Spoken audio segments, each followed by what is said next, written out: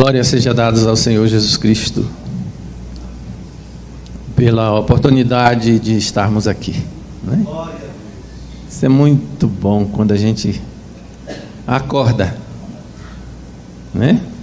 Não sei se vocês têm esse problema, mas eu tenho. Quando eu vou dormir, eu penso que pode ser, né? Pode ser. Daqui para frente, por que não, né? Eu só tenho um problema, deixar uma viúva rica, né? Só tem esse problema.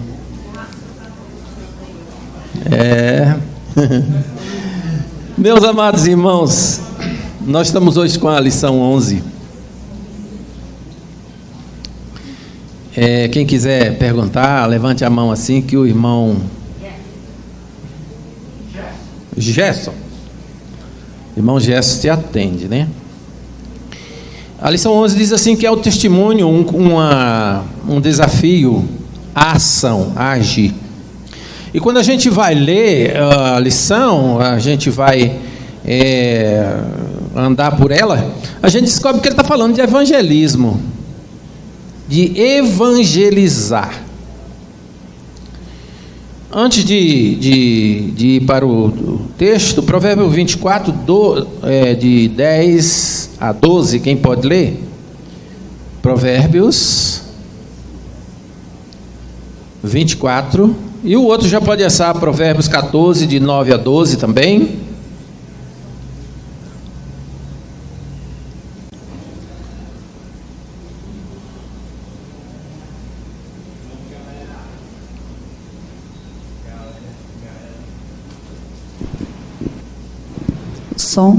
Amém. 24, de 10 a 12. Isso.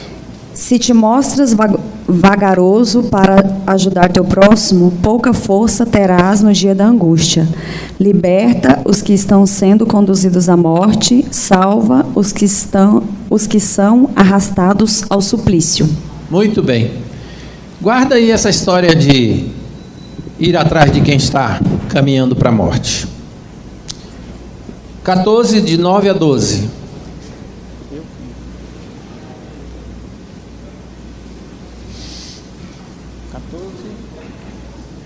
Provérbios 14, 9 a 12. Isso. Os insensatos zombam do mandamento de reparar o pecado cometido, mas entre os justos há humildade e correta atitude. Cada coração conhece bem as suas próprias mágoas, e da sua alegria não participará o estranho. A casa dos ímpios será destruída, mas o tabernáculo dos justos florescerá. Mais um? 14, é isso? Provérbios 14, do 10. Do 9 ao 12. É isso mesmo? Isso. Há caminhos que ao ser humano parecem ser as melhores opções de vida, mas no final conduzem à morte. Muito bem. Caminhos que conduzem à morte, os que são levados para a morte, os que estão diante da morte. Ou, resumindo, os que perecem, não é? E então o tema seria libertar os que estão no caminho da morte. E a pergunta é: somos nós? O que faremos se não por meio do Espírito Santo e por meio de Jesus Cristo? E aí alguns problemas da atualidade. Mas antes de entrar, a gente vai lá em Marcos capítulo 16, todo mundo conhece. Quando Jesus faz a conclusão, ou quando Marcos faz a conclusão, e Mateus também tem a mesma, mas a passagem de Marcos é mais. Ele vai dizer: ide por todo mundo. Quem pode ler? Marcos 16.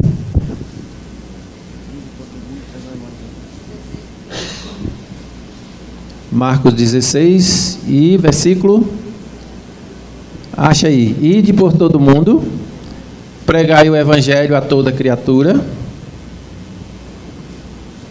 15, versículo 15. 15. Isso. E lhes ordenou: enquanto estiverdes indo pelo mundo inteiro, proclamai o evangelho a toda criatura. Isso. Então, Jesus deixa a proclamação do evangelho como sendo não é um pedido, não é algo que você vai fazer se você quiser. É uma obrigação. É um mandamento. É um mandamento.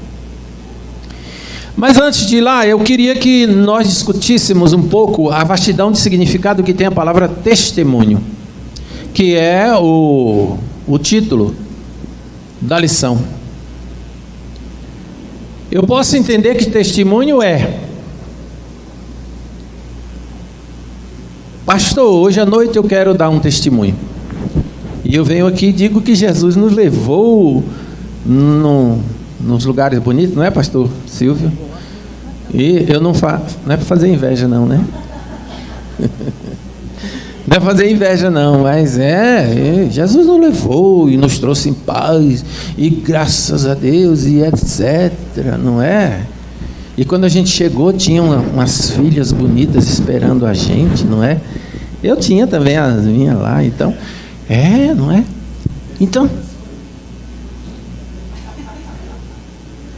Então, amados, eu venho aqui na frente e falo isso para a igreja e dou o meu testemunho, né? O testemunho o significado da palavra testemunho no meio de nós, no meio dos cristãos. Vai lá e dá o seu testemunho do que Jesus fez por você. Tem isso, é isso. Mas quem pode me ajudar com outra direção? Testemunho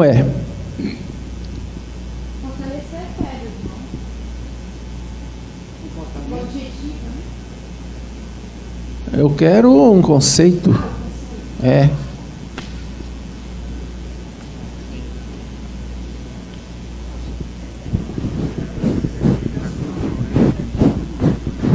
Ela chegou lá, né? Como é que eu me comporto diante do mundo? A minha maneira de me posicionar como crente diante da escola lá onde eu trabalho, no banco onde você trabalha, no quartel onde você vai, tem muita gente que é. Então, como é que eu me comporto lá? Escondido igual um caramujo ou aparecendo igual um pavão? Porque são os dois extremos, né? Eu posso chegar lá enrolado igual algo me escondendo, e às vezes até negando a fé, sendo crente aqui no domingo e sendo enrolado lá. Mas eu posso ser também o pavão, que chego lá e abro aquela cauda linda e mostro para todo mundo, e que todo mundo não está querendo ver cauda de pavão, né? Como é que é o meu testemunho? Como é o meu procedimento? Como é o meu comportamento? Como que eu me ponho como imagem de Cristo? E é uma reflexão, não é para a gente dizer muita coisa sobre isso. Mas esse testemunho de vida, que às vezes você calado diz muita coisa. E esse dizer muita coisa pode ser a favor do Evangelho, ou para despertar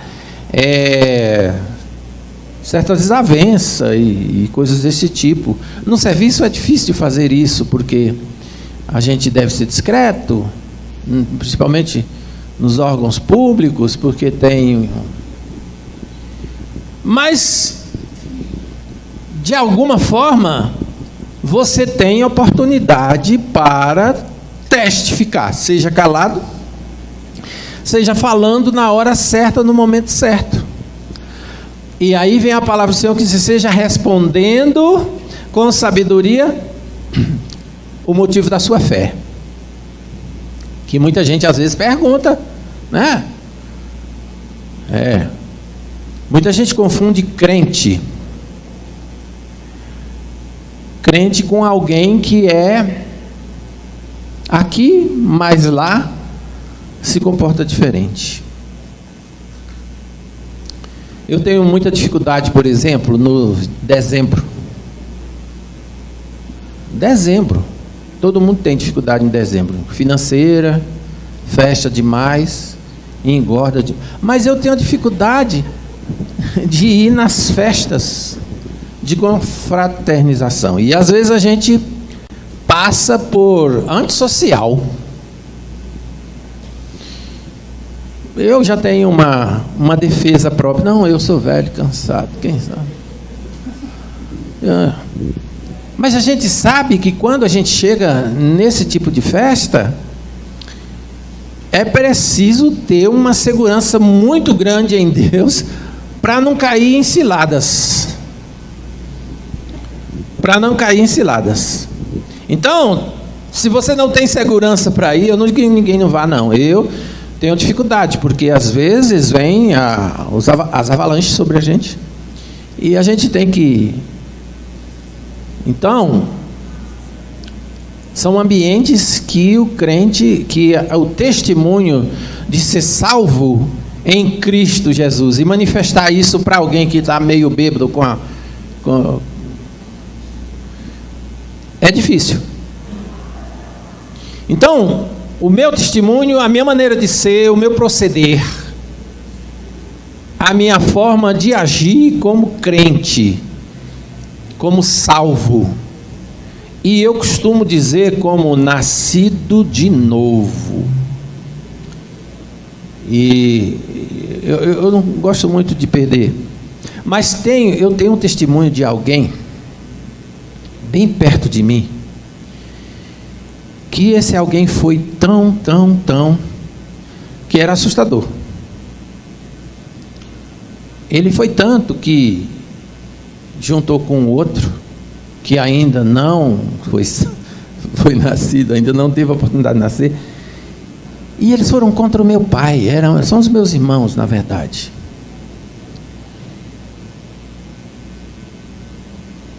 Mas no dia em que Jesus encontrou com ele e fez uma grande obra com ele, ele testifica: eu nasci de novo, e virou outra pessoa. O ódio que ele tinha de uma circunstância da família desapareceu. Ele é enteado da minha mãe, tinha ódio da minha mãe, porque minha mãe era a madrasta mais cruel que o mundo já produziu. E perdoou. E veio e abraçou. E testifica e diz. Então, é um pouco diferente da pessoa que fica aqui, ou fica ali, aqui ou na outra igreja qualquer, que aceita Jesus, que acha que apenas levantar a mão, vir aqui na frente, o pastor Silvio ora por ele, e ele sai feliz naquele momento e vai embora, mas guarda todo um baú cheio de coisa que não dispensa nunca. Não desfaz esse baú nunca. O baú que ele carrega sempre. Porque o fulano de tal, ou dos anzóis de lá, me fez tanto mal, né? E fica naquela coisa. Existe uma coisa terrível nas nossas vidas que chama-se autopiedade. Quando eu começo a ter pena de mim mesmo e quero que todos vocês tenham pena de mim. E aí, neste caso, a gente não ajuda ninguém. A gente não tira ninguém da morte, porque o conselho é: ter força, não seja fraco no momento, né? Não te mostres fraco no momento de agir, porque se você se mostrar fraco, você será fraco. É assim que diz o provérbio. E na versão da irmã lá, é mais claro que ele diz que é você se tornar alguém encurvado, sem decisão, sem agir na vida, sem saber a quem serve, sem convicções. Aqui, graças a Deus, a igreja é cheia de pessoas convictas, mas tem um problema em todas as igrejas, que nessa não tem. As pessoas não vêm aos cultos de ensinamento. E por esta razão são pessoas extremamente fracas espirituais. Porque não sabem por que você é crente, ô fulano. Não, é porque ele sabe como é que é. Não. Por que você garante que Jesus salvou você? Por que você fica falando que eu não sei? Se não tem o fundamento bíblico, você não tem respostas para os questionamentos que são feitos, às vezes, inesperadamente, no meio aonde você está, no grupo social onde você, na família. E é muito triste quando a gente chega e alguém, um cunhado, cunhada, alguém, esse povo que se achega a gente, esses agregados, que são mais corajosos do que os parentes da gente, não é, para dizer coisa. Aí fala: Estevão, eu conheço esse cara, vai ver ele em casa, só falta bater na graça. E é quando chega aqui na igreja, está todo santo, né? Quem que já não teve essa experiência? Isso é testemunho. Mas ainda existe outra coisa que a palavra testemunho tem, que é por meio de testemunhar, não é? Quem pode me ajudar? Está inserido lá em Marcos capítulo 16, versículo 15, que a irmã confirmou. Que é ir por todo mundo e pregar. Pregai o evangelho, anunciar o evangelho, dizer que Jesus salva, dizer que Jesus Cristo liberta, dizer que... Então, esse testemunho que significa levar o evangelho de Cristo aonde você for. Pode falar, tem aqui o microfone aí atrás. Esse testemunhar aí, só um pouquinho diferente, é porque esse pregar é a pessoa falar aquilo que ela vive e crê. Porque do ponto de vista, alguém poderia até falar de Cristo se ele não tivesse experiência com Cristo, não conhecesse a Cristo. Teoricamente falando, ele poderia até falar. Só que se testemunhar e ele não viver e não crer, é só mais uma falação sem nada, né? É uma lata sendo batida, uma lata batendo, e que não acontece nada. Batendo na lata vazia, não é? O sino. Então João Batista veio antes de Jesus. Em Mateus capítulo 3 em diante, e ele gritava, e ele sabia o que estava fazendo. Qual a escola que João Batista passou? Não tem muita clareza nisso, mas ele aparece falando com muita convicção, e chamando e dizendo o que tinha que ser dito. E hoje tem um negócio sério com a gente. É pecado, mas a gente não diz que é pecado. E essa geração de crentes está como que não tem pecado. Não existe pecado. Faz, mas Mas os pregadores raramente estão se atrevendo a falar de pecados. E diante de Deus não existe o pecadinho, o pecadinho, pecadão. Não existe. Às vezes a gente faz essa divisão entre uma coisa e outra, e dá, inclusive antigamente nas igrejas, hoje graças a Deus, não sei, e já não existe essa de excluir o fulano por causa de prostituição, porque prostituição era o maior pecado, é o maior pecado de maior peso, não é? É traição e etc, coisas e tal. Mas as pequenitas coisas, miçangas que estão em volta de nós, que representam tropeços na nossa vida. Tal. Então, diante de Deus, não tem essa balança de pesar. E a palavra diz que todos os pecados, instituídos foram da glória de Deus, precisam de salvação.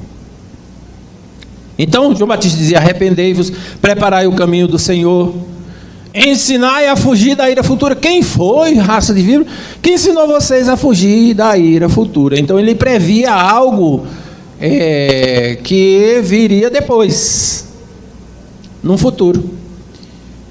E aí dava algumas características. A árvore que não produzir bons frutos, ou a árvore sem fruto, precisa conhecer a Jesus, que vem depois de mim, que vai batizar vocês com fogo, com o Espírito Santo e com fogo. Então ele anunciava Jesus. Daí, o evangelho sem anunciar a Jesus não é evangelho. A pregação sem Jesus não é... Está muito alto? Não? A pregação sem ter como base Jesus Cristo. E existe, irmão, existe muito, e aqui eu não vi ainda, tem só uns meses que eu cheguei aqui. Eu não vi ainda, mas a gente vê nessas igrejas por aí afora, nada contra palestras sobre saúde, sobre não sei o que, mas você fala a vida inteira num auditório desse tamanho, cheio de gente sentado para escutar, você falar de autoajuda, me ajude. Mas o indivíduo que está falando não abre nunca a palavra e lê alguma coisa para fundamentar aquilo que ele diz. Não é invenção. Isso não é invenção. É obra desse tempo presente. A fuga do verdadeiro evangelho de Cristo, o evangelho Jesus Cristo que nasce, Jesus Cristo que tem o seu ministério, Jesus Cristo que cura, Jesus Cristo que liberta, Jesus Cristo que caminha para a cruz, que passa pelo sofrimento da cruz, da morte de cruz, Jesus Cristo que ressuscita, Jesus Cristo que está no meio dos discípulos animando-os a levar o evangelho, Jesus Cristo que é assunto ao céu, Jesus Cristo que vai voltar para buscar a sua igreja, deveria ser o tema principal da igreja. Eu não sei se os irmãos já subiram nessa marginal aqui. Lá na frente que tem escrito assim: de volta à palavra. Já viu? Já?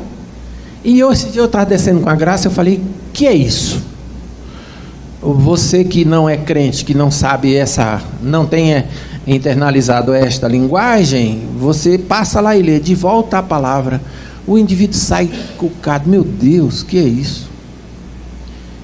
Mas que palavra é essa? Talvez seja o indivíduo inspirado nesta circunstância do momento em que a gente fala de tudo, menos da salvação em Cristo Jesus. Parece que a gente tem medo. Será?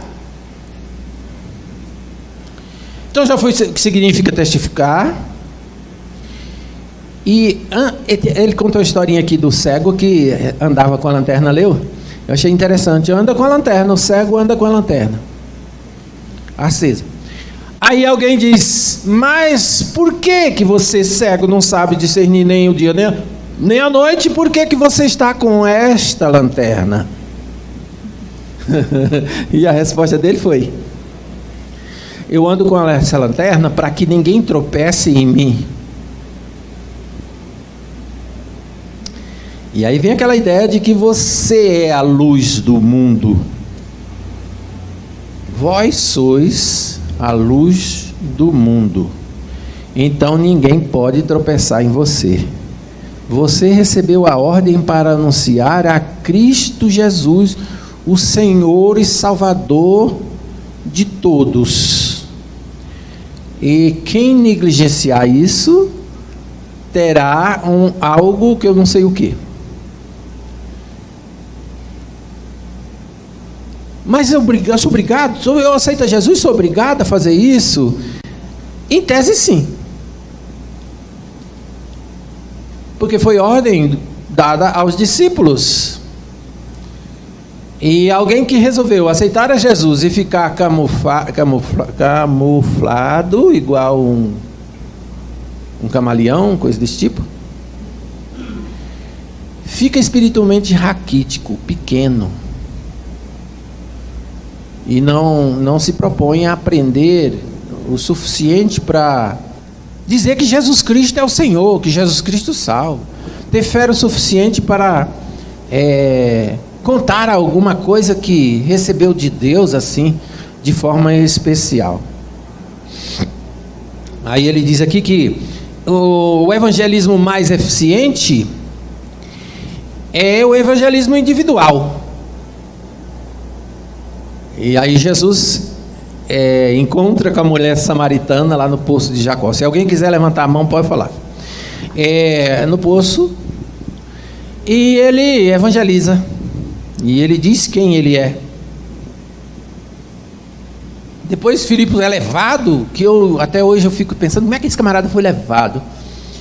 Montou num querubim, alguma coisa, mas não vou entrar nessa questão. Eu sei que a palavra diz que ele se achou lá diante de um camarada que lia a palavra, mas não entendia. E ele faz a pergunta: você está lendo a Bíblia, mas entende o que está lendo? Você entende isso aí? Não. Como é que a gente sabe se ninguém explicar, não é? E aí ele evangeliza. E aí ele sugere que a evangelização mais eficiente começa em casa, começa na família. E é duro de ter isso, porque às vezes são os da família que mais te dão trabalho. Talvez porque você conhece a família, sabe exatamente o que é que corrói ali a base daquilo, né? Mas deve começar em casa a evangelização, né? E a igreja precisa encarar o desafio da evangelização. Veja só, existem coisas que estão sendo feitas hoje, por exemplo, se nós pegarmos todas as... Pastor, está onde? Pastor Ricardo. Eu gosto de saber onde ele está, para eu não falar besteira. Um aqui, outro lá. Digamos que nós temos um veículo aqui de carga, e ele diz o seguinte: olha, nós vamos pegar todas as cestas que tem aqui no sábado, né? É o sábado que a gente tem. E aí depois eu vou dar uma cutucadinha nesse negócio de fazer na hora que tem tempo, né? Nós pagamos tudo que tem aqui, e nós vamos aqui para estrutural. Nós vamos lá para o fundão, porque eu imagino que é lá no fundão que tem mais gente carente. Aí eu passo lá, bato um sino aí nesse caminhão: eita, passando aqui uma cesta, quem quer uma cesta? E eu entrego todas essas cestas e não digo para ninguém que Jesus salva, que Jesus liberta, que Jesus transforma, que Jesus é o Senhor, que aquilo ali é passageiro mais que o maior. Eu não digo nada, eu só entrego a cesta e vou passando e vou embora. Isso é evangelismo? Não precisa responder, porque é o que mais tem hoje. Que o governo pode fazer através dos órgãos de assistência social dele aí. Engraçado, porque lá no Riacho Fundo tinha um do lado da igreja. Está lá. E quando eles não tinham a cesta, eles diziam: vai ali na igreja de Deus. Você desce, passa a igreja Betel, e a igreja Betel já a porta lá, você entra lá que eles têm. A gente tinha, sempre tinha. Mas pode ser um instrumento de evangelização, pode ser um elemento que contribui para a evangelização, mas se não tivermos a disposição de colocar a evangelização antes da distribuição das cestas, Ou seja, no propósito, o meu propósito não é apenas distribuir cestas. O meu propósito é... E daí a gente vê ações sociais e etc. E coisas desse tipo que a Record faz, né? Que não sei mais quem faz. Mas os objetivos são diferentes. Qualquer um pode fazer com os objetivos que achar importante para si. E a igreja às vezes faz, não essa, claro. Mas a igreja acostumou a fazer isso. A igreja acostumou. É preciso saber se isso tem função de evangelizar ou apenas de aglomerar. Eu conheço num lugar que tem um irmão que toda semana, eu não sei se você está fazendo isso ainda, mas toda semana ele tem um caminhão de verduras no pátio da igreja. Tem de tudo, de tomate, tem tudo no caminhão dele. E vai só chegando, enchendo sacola, quem quiser pegar, a feira é livre. A pergunta é, o objetivo disso? Ah, não, tem muita gente que precisa, claro que tem muita gente que precisa. Mas Jesus Cristo fica onde? Nessas ações de uma entidade, de um órgão, de um... O que mais que eu posso dizer? Que se propôs a falar de Jesus Cristo como o único e suficiente Salvador. Que se propôs a dizer que aqui é o caminho onde se aceita Jesus como Salvador e que se tem salvação garantida no céu. E que aqui o indivíduo que crê verdadeiramente no Senhor tem a vida transformada, renovada, reproduzida, repaginada e etc, coisa e tal. Se eu for lá para fora com ação social e a sugestão da lição, isso aqui eu creio nisso. Se eu for lá para fora com uma programação social, aonde Jesus Cristo ficou na igreja,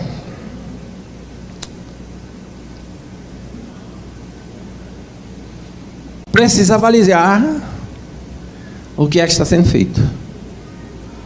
Precisa avaliar, né?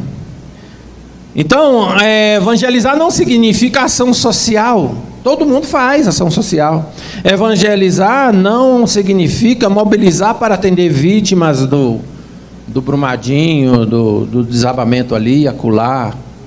Não significa evangelizar atender ou ajudar a socorrer socialmente aquilo que o poder público devia atender. Tá, devemos, podemos, vá. Sim, mas tem que agregar a isso o objetivo da evangelização. E tem que ter coragem para chegar e evangelizar. Não é?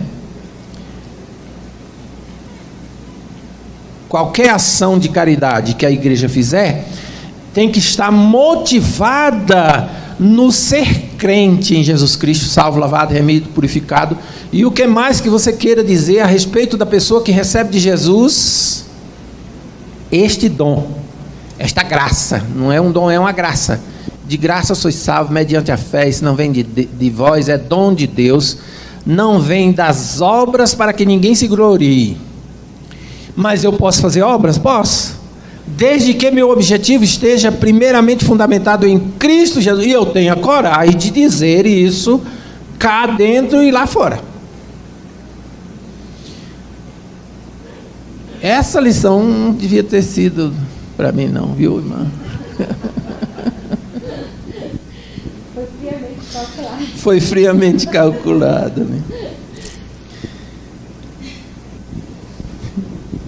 Irmãos, uma igreja evangélica devia estar extremamente fundamentada no Evangelho. E é para refletir, porque aqui e acolá e além a gente vê Jesus Cristo sendo encaixotado por falta,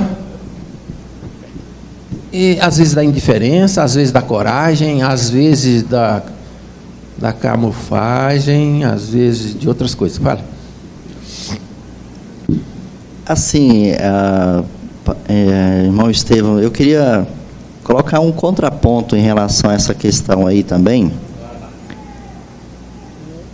Quando, por exemplo, é escrito a igreja, se eu não me engano, a igreja de Laodiceia, capítulo 3, né? Eu vejo que hoje a igreja brasileira também, ela está correndo um sério risco na outra ponta. Quando a palavra diz, ricos estáis, vocês estão enriquecidos. No entanto, esse evangelho que deveria, se a igreja é enriquecida, ela deveria, junto com o evangelho, ela também deveria olhar e ser um agente de transformação, talvez em missões, talvez em evangelismos, talvez em... esses dias eu estive com o pastor Sato na casa dele, né? A gente estava falando a questão assim, da capacidade da igreja se mobilizar em questões que ela poderia fazer uma diferença na vida ou de pessoas, ou de um grupo, ou de uma comunidade na qual ela está inserida, e ela corre um risco de entrar no outro extremo. Citando, por exemplo, aqui na Comercial Sul de Taguatinga, a gente sabe que tem um templo ali que foi gasto milhões para ser construído. Eu pergunto assim, do ponto de vista do evangelho, milhões poderiam ser abertos quantas igrejas missionárias, quantos povos poderiam ser alcançados, quantas comunidades poderiam ser alcançadas, porque, de um certo modo, às vezes eu fico preocupado também, assim, do ponto de vista de que a igreja está enriquecida, está abastada, tem bastante alimento, tem bastante roupa, e aí a gente cai naquilo que Tiago também falou. Se você prega, fala para alguém, que vai em paz, que Deus te abençoe, e você sabe das carências que existem, e você recua a mão, e você deixa de ser e de fazer, acaba que até o seu evangelho que você está pregando passa a ser duvidoso. É só a questão do contraponto que eu estou dizendo, eu sei que a gente, como o irmão disse no início, nós não podemos ser o agente secreto e a gente não pode ser o pavão. Porque, para mim, o pavão é essa igreja enriquecida, que eu estou preocupado em mudar de carro, eu estou preocupado em ter um carro do ano, estou preocupado em vir para a igreja com a melhor roupa, estou preocupado de estar muito bem vestido. E eu falo de testemunho meu aqui, de quantas pessoas me pedem socorro. Eu coloco às vezes na igreja, olha, tem pastores que estão passando necessidade. Eu pergunto quantas pessoas se propuseram ajudar. Se um pastor, alguém que é irmão da nossa fé, nós não estamos conseguindo esticar a mão para ajudar uma pessoa dessa, como é que nós vamos dizer no evangelho que nós somos uma igreja que representa Cristo, que nós cuidamos uns dos outros? Como é que eu vou dizer o evangelho de uma pessoa que me pede uma cesta básica e eu reluto em dar uma cesta básica para ele, porque eu fico questionando, pensando se ele está fazendo bom uso ou não bom uso daquilo que eu estou dando a ele. Então, só contra questão de contraponto, assim, a gente tem que entender o evangelho dentro das suas proporções e como prego, como eu alcanço, como eu estendo a mão, como eu glorifico a Cristo, como eu testifico a Cristo. E só para encerrar, para nossa vergonha que eu digo do evangelho, certa vez um pastor, ele foi fazer um trabalho numa região muito pobre do Nordeste. Chegou lá, ele estava lá hospedado para pregar o evangelho lá. E um trabalhador rural, que de muita dificuldade, conseguiu tirar lá das suas plantações mandiocas para levar para aquele pastor, para ele comer enquanto estivesse lá. Quando ele chegou lá, que foi entregar as mandiocas, a primeira pergunta que o pastor foi: por que você não trouxe as mandiocas descascadas para mim?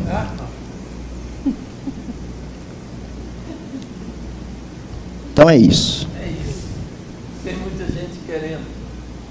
É mais ou menos a história do cara que no Nordeste contava muita história do preguiçoso, né? Que tinha tanta preguiça que não. E aí eu quero morrer. Mas você não morre, mas me enterre vivo. Aí botaram ele numa rede, né? Lá no Nordeste, faz a rede, põe o camarada deitado na rede, um pau no ombro de um, pau no ombro do outro e toca caminho para o cemitério. Chega, passa na casa, quem é? É o João de Deus. Aí, quem mais morreu? Não, mas ele disse que quer ser enterrado vivo, porque aí...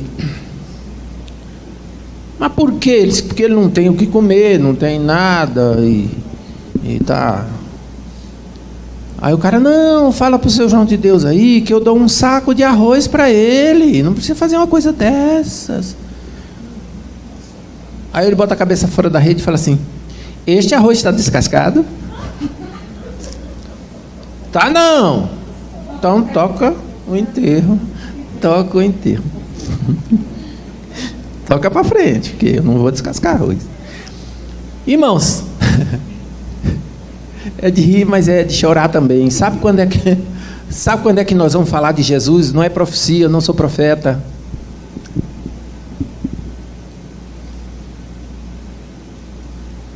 Você sabe quando é que a igreja vai despertar? Quando vai haver um grande avivamento? Primeiro, quando nós esquecermos o nome. As igrejas estão cheias de nome, e tem cada nome que assim nos assusta. Que a gente não sabe o que o indivíduo faz. Pelo nome parece que a cabeça do indivíduo é desse tamanhozinho assim. Mas quando os nomes desaparecerem e aparecer uma igreja que ora, que luta, que busca e que tenha a unidade da fé, acreditamos e vamos, e vai vir dificuldade para nós aí, assustadoras.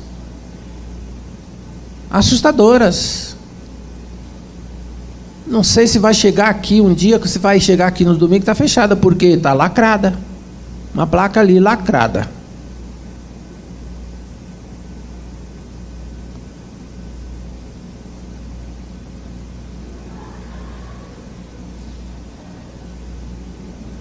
Não estou profetizando. Não sou profeta. Mas vai ser nesse momento que a igreja vai despertar para saber o que é evangelizar. O que é sofrer em nome de Jesus. Eu ouvi um testemunho das irmãs. As irmãs são mais corajosas para dar determinado testemunho do que eu, né? E que ela arrumou inimizade com a vizinha lá e tal. Você não há de ser que... Um dia desse contaram a história aqui do... Não foi aqui, né, pastor? Foi aquela história do... Depois eu conto a outra. Em que a vizinha jogava, varria o terreiro, jogava o lixo na porta da outra. E é uma perseguição terrível. Uma pessoa que é crente, a vizinha tocar o lixo para minha calçada. Isso é uma perseguição horrorosa. Não estou sendo... A igreja está sendo perseguida? Onde tem perseguição? Vai haver.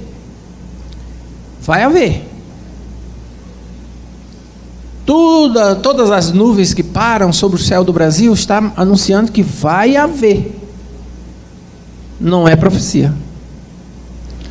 Diferentemente da mulher que o pastor contou, diz que um tanto de menino olhava aquela senhorinha lá cantando, feliz da vida, não dizia mal, e falava de Jesus e anunciava, e os meninos, vamos ver como é que é esse negócio, se essa velha vai ou não manter. Aí arrumaram um cachorro morto, trouxeram o cachorro, puseram na porta dela, não é?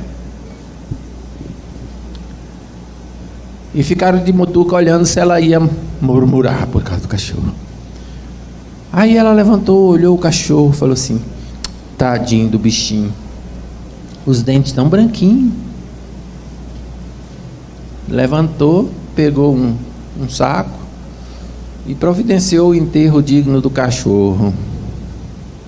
Então existem coisas e coisas. Existem igrejas e igrejas. E existem crentes e crentes. E existem salvos e não salvos dentro das igrejas. Então, se o evangelho não for para pregar o Cristo nascido, o Cristo e seu ministério, o Cristo e as suas ações salvadoras, o Cristo e o seu sofrimento, o Cristo e a sua morte, o Cristo e a sua ressurreição, o Cristo vivo, o Cristo voltando, o Cristo salvando agora, libertando, transformando, renovando pessoas. A igreja precisava disso, a igreja precisa disso.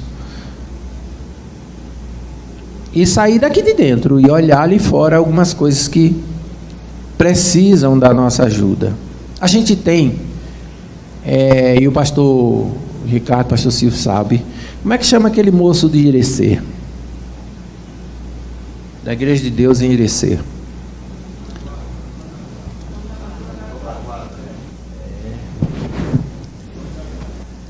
Ele veio aqui em Brasília, ele pousou na minha casa com um outro irmão que é de cá. É Luiz Magalhães. Eduardo Magalhães. Esse irmão, ele pega um carro e o carro dele pegou fogo lá, sabe disso, né?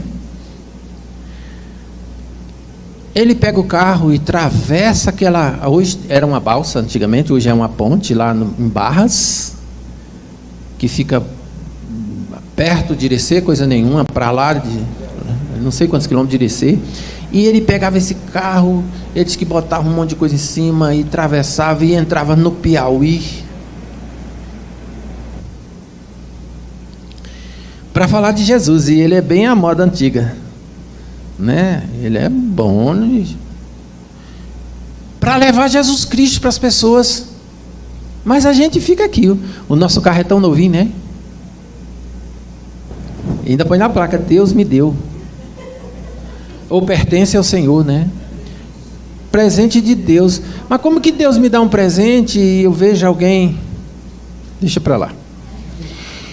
Então, não há não há como ser crente e testificar e ser verdadeiro, salvo, lavado e remido nas horas vagas. Não há, né? Não há. Então não devia haver horas vagas para crente. Não devia. Porque a preocupação do salvo é transferir ou anunciar a salvação em Jesus Cristo, né? Mas há essa letargia, existe a palavra disso? Não existe? Liturgia? Letargia. É letargia. O que é letargia? Me ajude. É aquela... Eu gosto de sentar, viu? E você fica olhando a banda passar, cantando coisas de amor, mas você não se mexe, você está pesado, você está gordo, obeso espiritual. Obeso. Então, o provérbio diz: um pouco para pensar, um pouco para estar. E aí, o tempo passa, e o tempo vai passando. E dizer que um dia desse eu era adolescente. Um dia desse. E aí eu pergunto: o que foi que a gente fez? Muito pouco, muito pouco. Nessa vida de crente a gente fez pouco demais da conta. E a gente faz pouco demais da conta, né? Aí ele diz o ponto 2 aqui: muitos cristãos não dão testemunho. Ou muitos cristãos ficam escondidos nas gretas, como é que você falou? Fica por trás, né, das cortinas. Como é que é? Camuflado. aqui eu sou crente, aqui eu canto, aqui eu prego, aqui eu falo, aqui eu estou no meio da minha comunidade e eu não tenho vergonha de nada. Mas quando eu chego na escola... Está gravando, pastor Ricardo? Está mandando para o céu? Então eu não posso falar. Mas dois indivíduos dizendo que já foram crentes e que saíram porque... Na minha cara e na cara da outra professora que é evangélica também, e ela me olhou e eu olhei para ela. Eu falei, e agora? O que a gente faz? Dei aquele sorrisinho amarelo para ela, falei, olha, eu não tenho essa reclamação com Jesus, não. Tem o que reclamar de Jesus? Tem não, mas ele levanta e sai, porque tem uma coisa terrível com essa geração de agora, é dizer e não querer escutar. Você diz, mas você não espera respostas. Levanta e sai. Então é um mundo muito difícil de se fazer, mas é preciso fazer. É preciso, nós precisamos dizer quem é Jesus no meio em que nós vivemos, porque, e fique atento com seus filhos, quem tem crianças nas escolas por aí, fique atento em nome de Jesus, porque existe um desafio diabólico de vir para dentro das igrejas e ir para a escolinha lá. Então, alguém que às vezes, vocês já viram esse negócio. Então, o mundo jaz no maligno e todas as propostas malignas estão feitas, estão elaboradas. Todos os projetos diabólicos nessa geração estão plenamente elaborados, esperando agentes dispostos a praticar. E nós, os evangélicos, ficamos olhando, ou às vezes retraídos, dando passo atrás, enquanto que nossas crianças são bombardeadas com coisas que Deus me livre. Agentes descarados nessas internets daí que a gente fica o tempo todo lá. Se a gente dividisse o tempo que a gente usa a internet com um pouquinho do tempo com Cristo, olha que talvez tivesse uma diferença. Mas é a geração, é onde nós estamos, e a luta é maior, o desafio é maior, é bem maior, porque além de vencer a nós mesmos, as nossas dificuldades, nas nossas buscas, nas nossas olhadelas, nós temos as crianças. Aqui não acontece, mas eu vejo em algumas igrejas por aí, que para você deixar o seu menino quietinho, você põe na galinha pintadinha e deixa ele olhando a galinha pintadinha enquanto o culto rola. E a minha pergunta é, para não desafiar muito, quando é que esse seu menino vai saber o que é uma igreja? Porque o céu deles é a galinha pintadinha. É outras coisas que eu estou me lembrando da galinha pintadinha, porque foi onde eu me deparei mais com os meus netos. Ah, mas a criança, não, irmão, ensina o menino o caminho que deve andar. Aqui na igreja, senta de ladinho aí e diga para ele que nós estamos no culto. O culto é só 1h30 de culto, só isso, meu filho. Aguarde aí, ó, está terminando. Vamos ouvir, o pastor está pregando, vai haver lágrimas, vai seguro, vai ter coisa boa. Guarda o celular.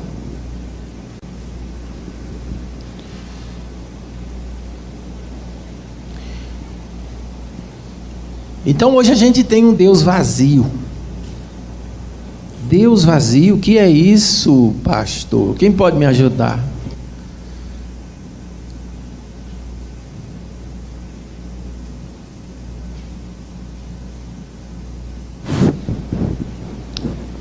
Porque eu estou com ele no intelecto só. Sei que ele existe, sei da história de Jesus, sei do envio de Jesus, já li a Bíblia de ponta a ponta, e vou vendo esse Deus ali, mas eu pedi para que Deus mandasse um raio sobre entendeu? Que muita gente pediu. E não caiu o raio, não. Caiu foi outras coisas sobre os pobres miseráveis da oposição de hoje, né? Então, um Deus que não responde conforme a minha arrogância, o meu orgulho, a minha vaidade, os meus pensamentos, aquilo que eu quero. Vai falar? Vamos falar. Eu, refletindo aqui sobre quando o irmão falou sobre a questão do testemunhado, evangelizar, e a grande questão é que hoje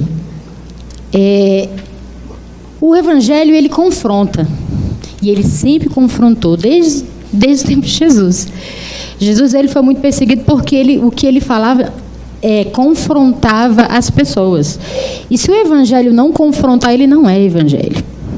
Se o evangelho passar a mão na cabeça da pessoa e dizer assim, não, o que você está fazendo é certo, continue assim, mas Jesus te ama, ele não é evangelho. Então, quando você falou a questão do testemunhar ou evangelizar, eu fiquei refletindo sobre a minha vida. E eu pergunto lança essa pergunta para os irmãos, essa reflexão para os irmãos. Quantos aqui, quando foram evangelizados, não foram confrontados? Né? Eu fui confrontada. E a partir do momento em que eu aceitei a Cristo, eu tenho sido confrontada desde então. E o que acontece é que as pessoas hoje, elas não querem muito trabalho, né? Elas não querem muito trabalho, porque você evangelizar alguém é trabalhoso. Porque você vai mexer com as emoções, você vai mexer com os valores, com as convicções erradas, com a criação errada dessa pessoa, você vai mexer com tudo isso. Porque se o evangelho não fizer isso, ele não é verdadeiramente o evangelho.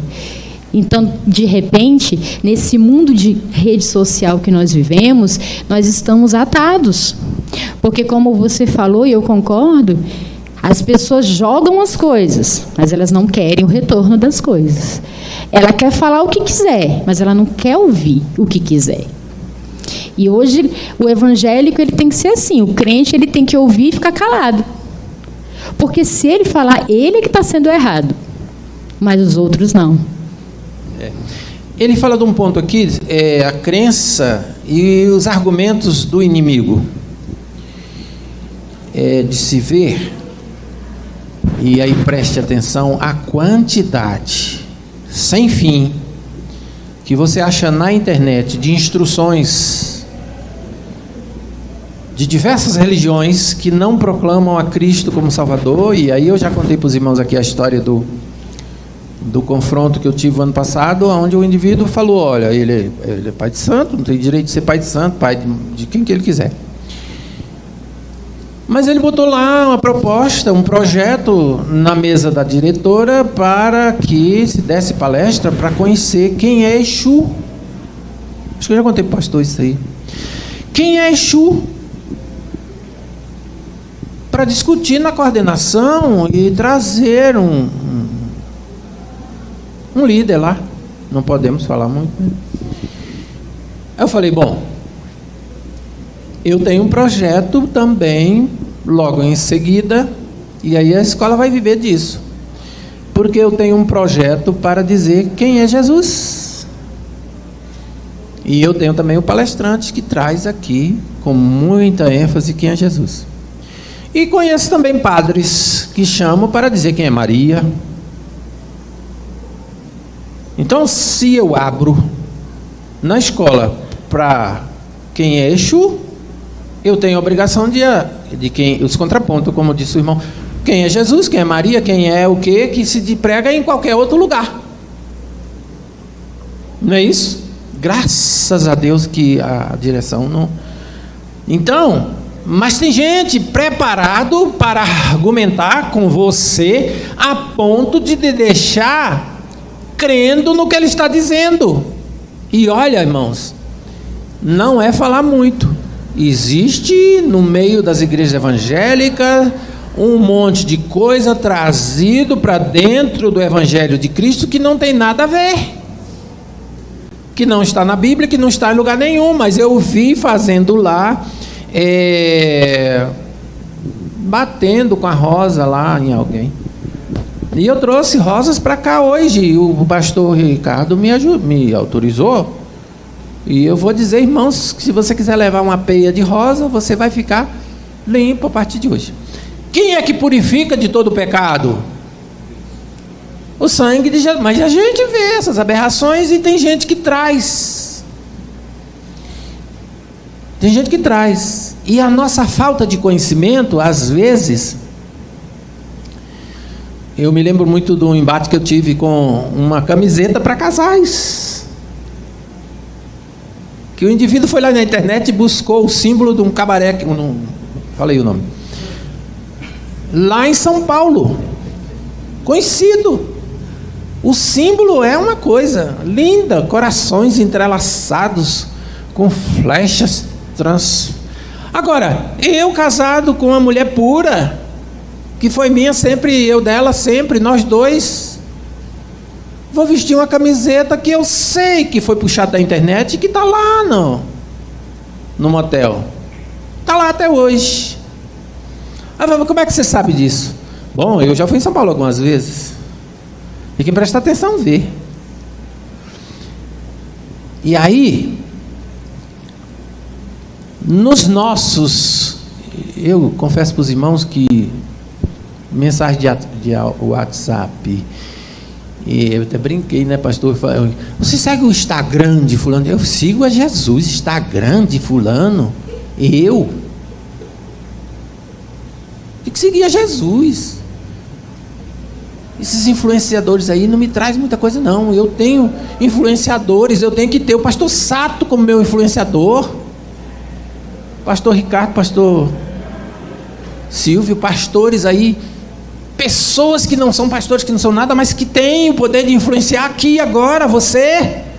Por que você vai seguir a Anitta e etc? E às vezes a gente busca lá daqueles não sei de onde, que eu não sei como é que acha, e traz e coloca aquela mensagem bonita, mas que tem uma imagem, que tem algo que não representa a nossa fé. Mas eu desconheço. E eu ponho como bom dia para todos vocês no WhatsApp da igreja. Essa daqui não, eu nunca vi, mas na a gente vê. Sabe por que isso acontece? Ele disse assim, olha, é quando se aceita o Cristo dos outros.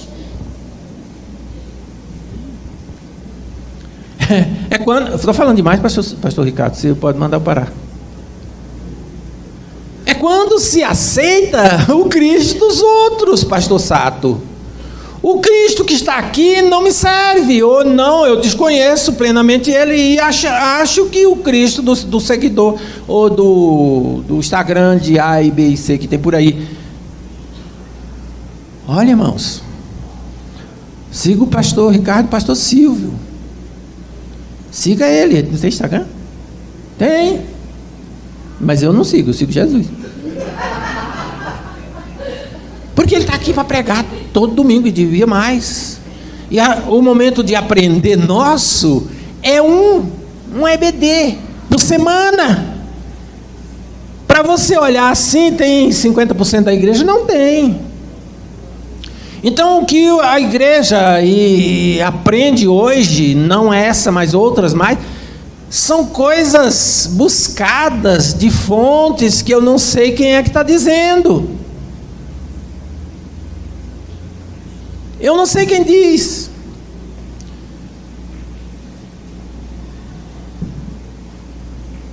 Posso falar, pastor? Posso, né? Então, esta semana saiu num dos grupos nossos aí. E aí você vai ver uma imagem curvada assim, com alguma coisa como uma bola aqui. Vê de onde vem aquela imagem. Antes de botar no WhatsApp, irmão, veja de onde é que vem. Porque senão eu vou acreditar e eu vou imaginar coisas que não faz parte do Evangelho. Então ele diz aqui que nós passamos quando não temos argumento. Está aqui escrito, olha. Acha aí. Crença na argumentação do inimigo. Quando eu não tenho fundamento na palavra de Deus, naquilo que eu acredito, e eu estou acabando, eu passo a seguir os fundamentos dos outros, os argumentos dos outros, a amostragem dos outros, as sutilezas. Irmão, o mundo está muito sutil. E o Evangelho de Cristo é um Evangelho puro. E quando vier alguma coisa, você veja se tem fundamento bíblico aquilo, de onde vem aquilo, para poder sair repicando para os outros. Então, e nós? Apenas a EDB no domingo não é suficiente. Apenas a EDB no domingo não é suficiente, né? E aí nós temos oportunidades perdidas, estou finalizando, tempo curto, correria, pouca força, desconhecimento da palavra de Deus e às vezes falta de iniciativa, porque aquilo que já vem pronto é bom demais. E aí o pastor me chama para pregar aqui de noite, eu corro lá na internet e puxo uma mensagem não é nem dele, no Instagram dele deve ter mensagem, e eu podia ir lá copiar a mensagem dele, porque eu tinha certeza que eu estava dentro do que a igreja pensa. Nós precisamos estar no alinhamento da igreja, naquilo que a igreja pensa. Mas eu pego não sei dizer o nome, nem vou dizer, e copio de lá, porque o meu tamanho é tão pequeno que eu não posso elaborar uma palavra da minha parte, porque alguém pode ir lá e eu não posso cá, porque a minha leitura bíblica e os meus fundamentos e as minhas são pouca coisa. Do contrário, eu fico rodeando no mesmo ponto, naquilo que se diz e na minha pregação, e acaba. Então, a responsabilidade é nossa. Mostrar o caminho do céu, fortalecer os fracos, tirar as pessoas do caminho da morte, dar o testemunho de que somos servos, que somos crentes, e que sabemos o conteúdo da palavra de Deus e o que significa a palavra de Deus para nós. Diminuir as idas nas redes sociais aí, porque grande parte, ou se não 99%, é de coisa enganosa.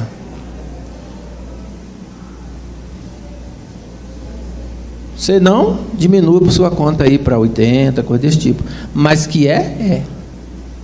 E nós perdemos muito tempo nisso e arranjamos, e a igreja vira um sincretismo religioso, uma coisinha daqui, uma coisinha dali, um puxadinho de cá, uma açãozinha de lá. Então, para ser cristão verdadeiro, depende de aprender a palavra de Deus. A palavra de Deus é viva e eficaz,